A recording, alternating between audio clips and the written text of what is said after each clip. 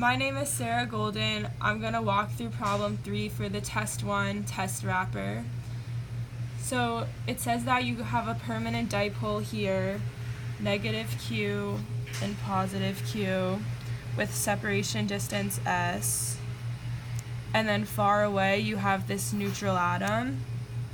So in part A, it asks you to sketch the polarization of the neutral atom. And since you have the positive charge closest to this end of the atom, you're going to get the negative charge over here, and then because of that, you'll have a positive charge on that end of the neutral atom. So now you have a dipole here and a dipole here. The next part asks you to draw arrows representing the net force acting on each part of the permanent dipole, so here and here. The net force is due to the forces from over here. So we have a force coming this way in the positive x direction, and then we have a smaller force on this one in the negative x direction. Is that right? Sure. And this one is larger because it's closer to the neutral atom, so the magnitude of the force will be larger, and then they're in opposite directions because of the opposite charges. This is negative and this is positive.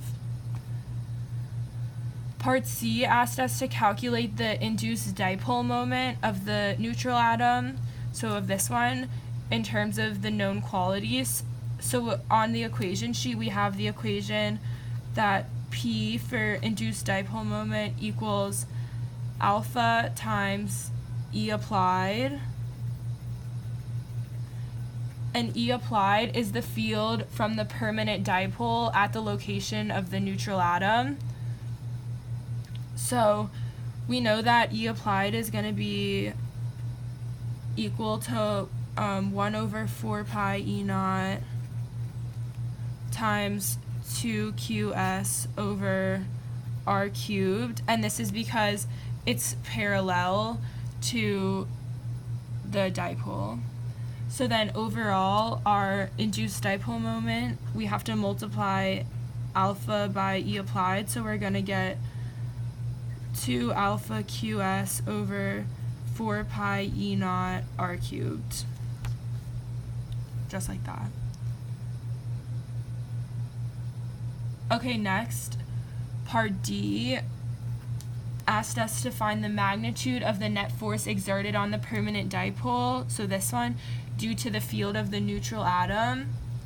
And it wanted us to treat the neutral atom as a dipole and then treat the permanent dipole as 2 point charges.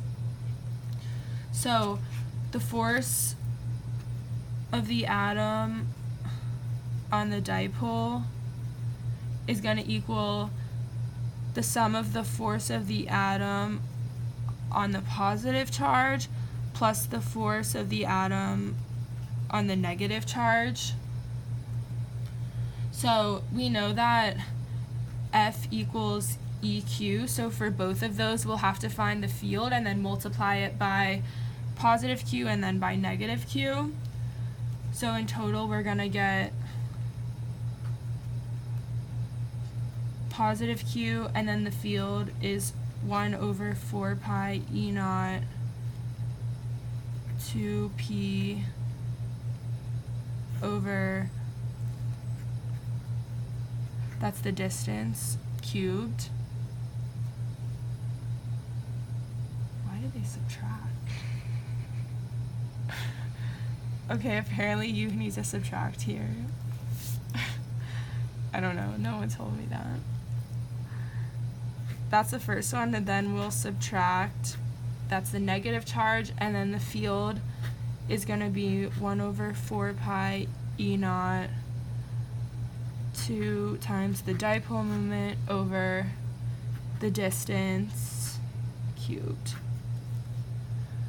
So that's what we got, and then it said that you don't need to simplify your answer. So that's the answer that I have. Now this is the part that I had the most trouble with because it was something that we did in lab, but we just didn't really do it. So I'll just go on the back. because it takes a lot of room to do this. It's part E. It says, now use the truncated form of the binomial expansion. This is what the binomial expansion is. I guess a mathematician learned that. And we'll be able to come up with an expression for the net force on the permanent dipole. So in this, we're assuming that R is much bigger than S. R is the distance, and then S is the little separation distance. So in this one above, you see that we had the R minus S over 2 cubed and R plus S over 2 cubed. So once we factored out the other stuff, we were left with it looking just like this.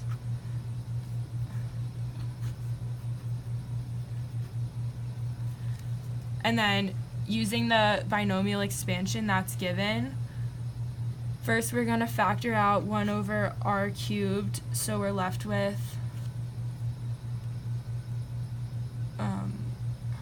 1 minus S over 2R cubed minus 1 plus S over 2R cubed. That's negative. It's 1 over, apparently.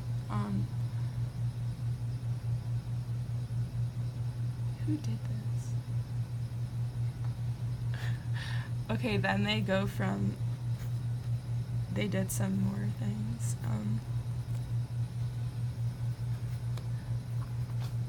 Minus, probably no one got this right. Okay. This is all some binomial expansion. How did they go from that? I don't know. So then we plug it back into the force that we solved for in part D, and then we'll get the force equals 2q over 4 pi E naught squared times alpha S over R cubed times 3S over R to the 4th, which we just solved for. And that's the answer for the force, and that's how we could solve this problem.